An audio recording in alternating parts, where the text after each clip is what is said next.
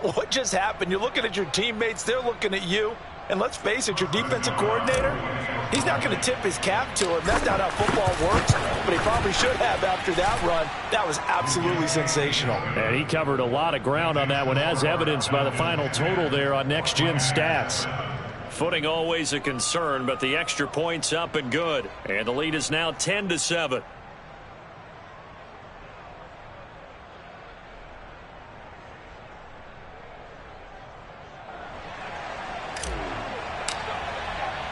Morstead out now following the touchdown to kick.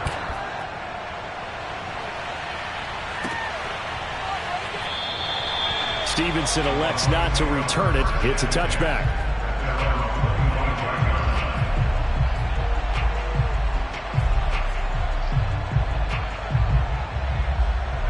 The Bucs offense set to begin their next possession.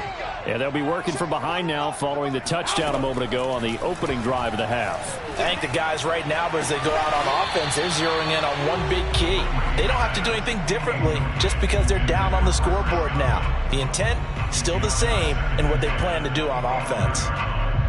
Following the incomplete pass, here they go again. 2nd and 10 from the 25.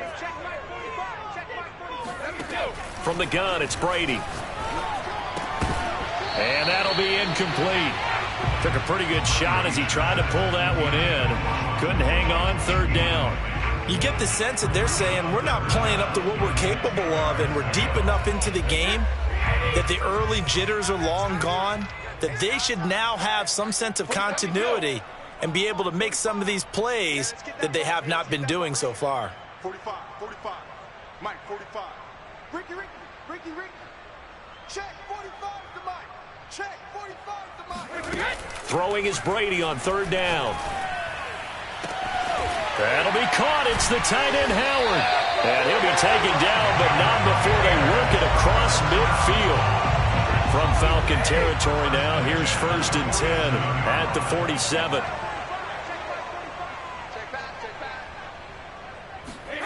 Brady now to throw. That's complete to his running back, Connor. And he is tackled inside the 40, not quite to the 35. They certainly had success throughout this contest, getting him the ball in the passing game, and there he picks up another 1st down. Whatever they saw going into this one, they've been able to capitalize on it, and no adjustment has been made to take it away.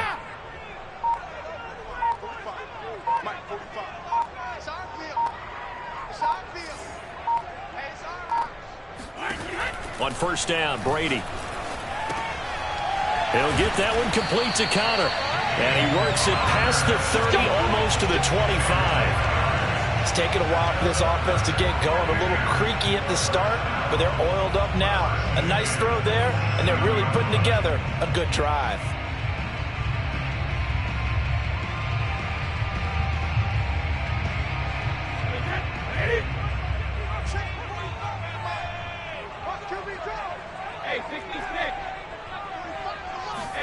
Throwing on 1st down is Brady. They'll find Miller. That's complete. And he's tackled a yard short of the marker. Good gain of 9 on 1st down. Never make the mistake that the slot receivers, especially the little guys like we're watching here, are just quicker than fast. A lot of them combine quickness and speed, and they catch a lot of footballs, as we just saw there.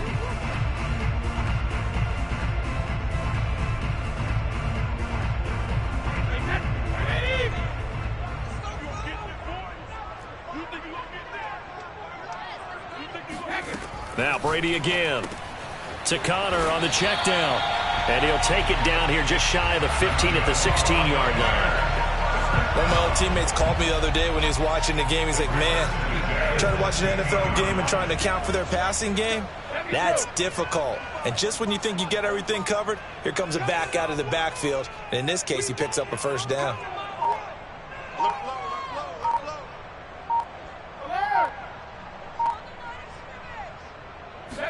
Brady now on 1st down.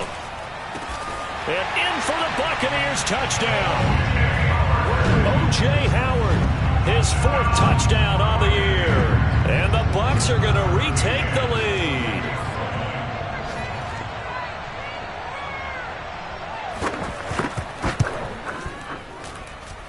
Extra point by McCann, up and good. And the lead is now 14-10.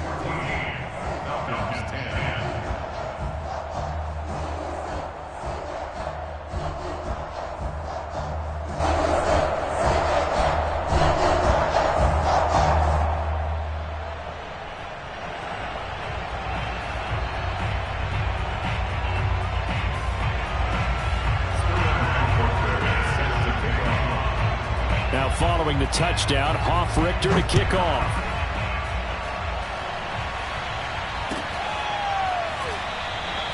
And there will not be a return here. It's a touchback, and it'll come out to the 25-yard line.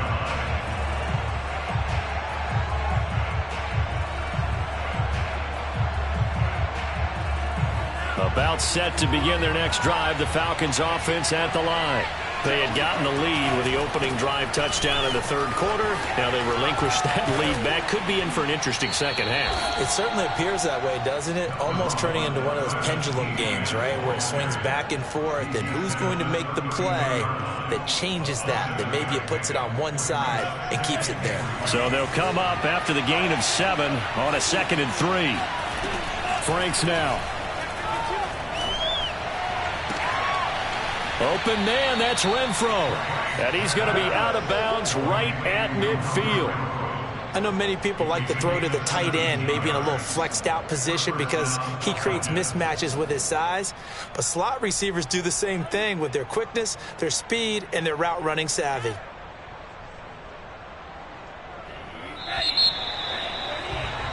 And that's going to do it. Clock hits zeros. They're not going to get another playoff. Time has run out on this third quarter. We'll return with more after this break. You're watching the NFL on EA Sports.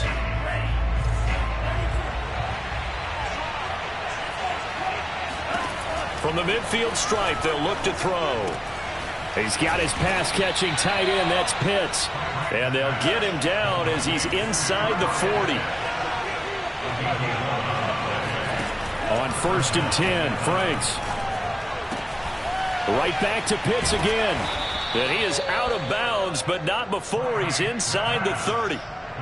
And here we are in the fourth quarter, partner, and watch them drive for what would be a go-ahead touchdown.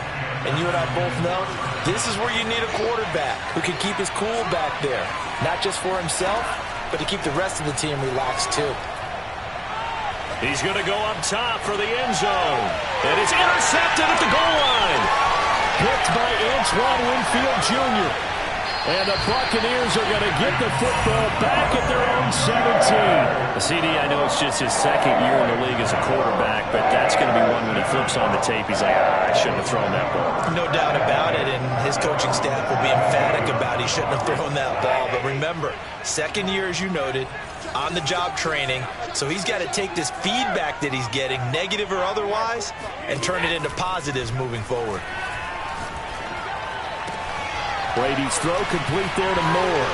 And he'll be out right at the 35. And that last throw right there putting him already over 3,000 passing yards now for the campaign. And given where we are in the season, Brandon, you have to think to yourself, if he stays healthy, I think 4,000's a given. I think 5,000 is not out of the question. And a big loss here as he's taken down. Alex Singleton picks up his second sack of the afternoon. Tell you what, he did not have much time there to scan the field before he was ducking and covering. Did it appear to you, as it did to me, that the defensive front won their play really quickly? Meaning the guys in front of them had almost no chance to block them. They were on him in a hurry. Now this one from about 2 counties over after the sack. They come up on a 2nd and very long.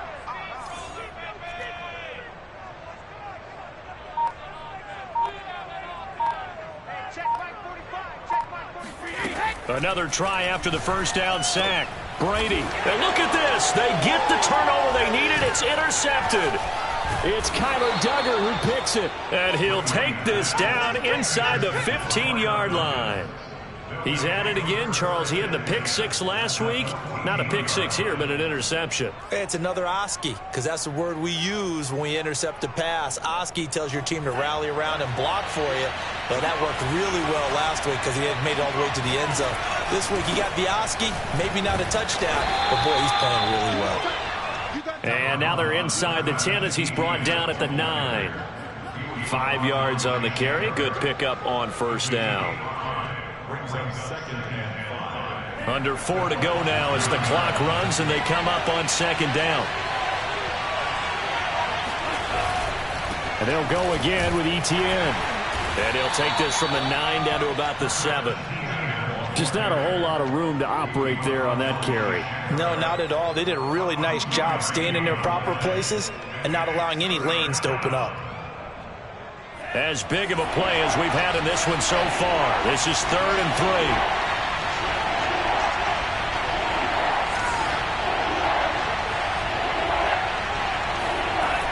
Now Franks. Dancing to his left. He's got a man. It's his tight end. That's complete. Catch number 100 for his career right there, and it's good enough to keep the chains moving. A touchdown is a must here, but of course beware of leaving too much time on the clock for Tom Brady. It's 1st and goal. And this one will wind up with him losing yardage. Back to the 4-yard line. It's a loss of a yard there, and now 2nd down. Definitely not how you want to start things on 1st down, and you don't want to panic. A field goal could get you closer, but you have to think to yourself, we even get another shot. At this point, to me, the thinking has to be touchdown or bust.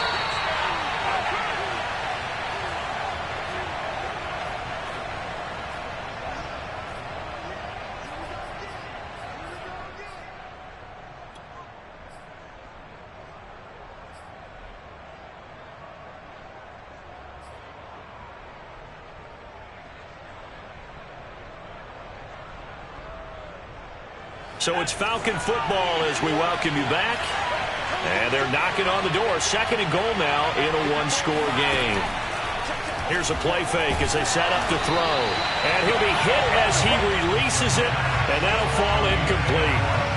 So he's unable to complete it there. And just not the game that you would expect from him. He's been off the mark really start to finish. Yeah, it makes you wonder what exactly is going on. Is he a little bit dinged up here?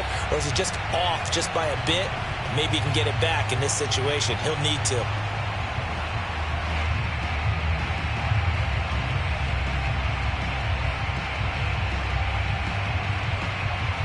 Now they'd really like to make the short field pay off. We'll see if they can, but this is 3rd and goal. Back to throw. To the goal line, but it's incomplete. Figuring they're going for it on 4th down. Remember, though, they do have all 3 timeouts, so even if they don't get it, all is not lost. Yeah, normally in this situation, when you're talking about having to go for it, everything is in this play. But as you noted, with those 3 timeouts, they actually have a little bit of a safety net. Now the Falcons going to use one of their timeouts. It's just their first. They've got 2 more to use here in the final stages.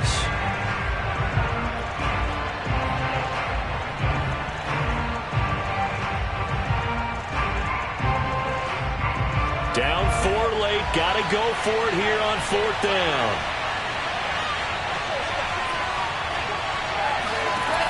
As expected, they're going for it to keep the drive alive. Oh, that's into a sea of bodies, and it's intercepted.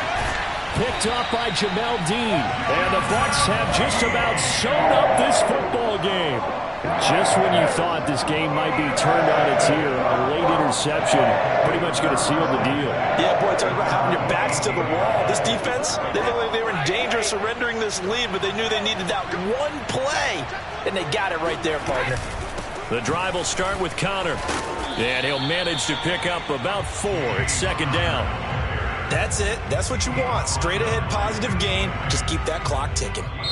The Falcons going to use the 2nd of their timeouts as they'll get it with just over 90 seconds to go in the ball game.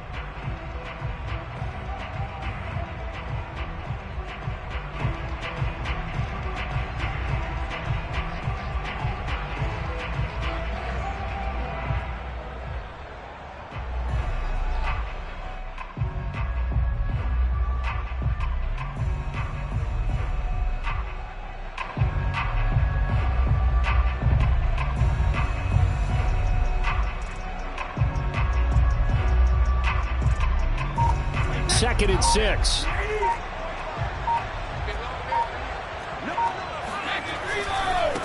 They'll try and run some clock now with Jones. And he's dropped just before the line to gain. 4-yard pickup leaves him with 3rd and 1. Brandon, all things considered, they have to feel pretty good about getting that type of a gain considering the blitz that they just had against them.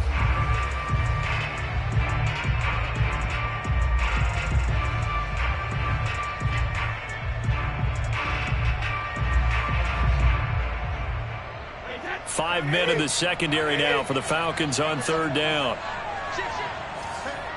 Switch gears. Hey, look, 3. Out of the shotgun, they'll run with Connor. And just nowhere to go for Connor. Defense gets to him, and they mark him short. Just a yard on the run there. That's going to bring us to a 4th down.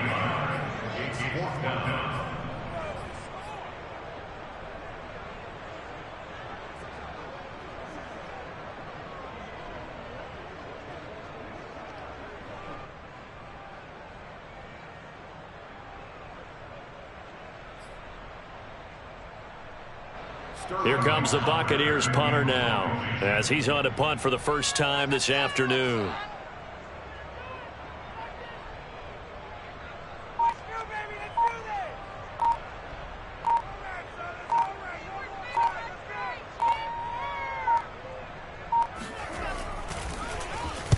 Oh, this is off the side of his foot. Yeah, not a great one there. Out of bounds in the air. And the offense is going to be set up already in enemy territory inside the 45.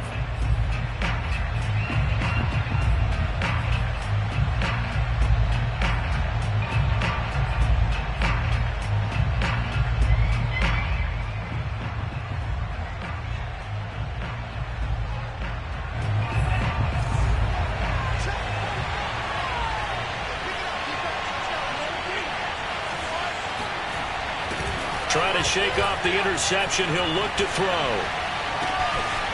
And that is caught. It's Ridley. And he takes this just a few yards shy of the red zone before going out. Tell you what, he's been able to put the ball in some tight spots all game long. That throw, no different. Yeah, a lot of people would call it a gutsy type of a throw. I think he looks at it as, I can do it, so it's not that big of a deal to me, and I'm going to keep firing.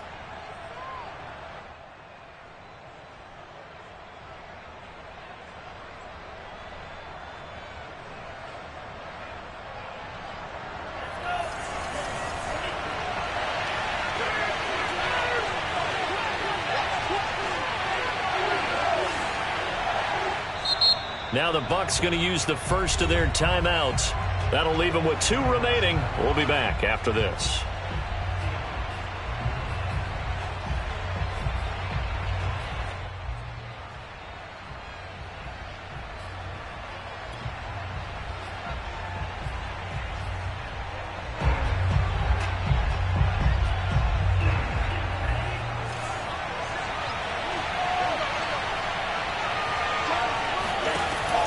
To throw. Oh, the ball comes out on the hit, but they'll say it's incomplete. We've seen this quite a few times in this game. Offensive line unable to keep leverage, unable to keep people away, facing a lot of pressure. Fortunate just to get rid of it. One of the reasons they're down is that inability, though, to stop the pressure. We saw another example of it there.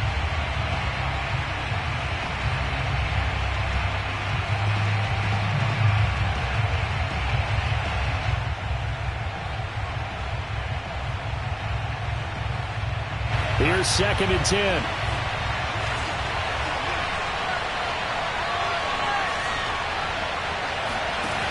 He'll look to throw. And this one incomplete. Oh, he couldn't hang on to it in the end zone, and that's one that'll haunt you. And now it brings up 3rd down.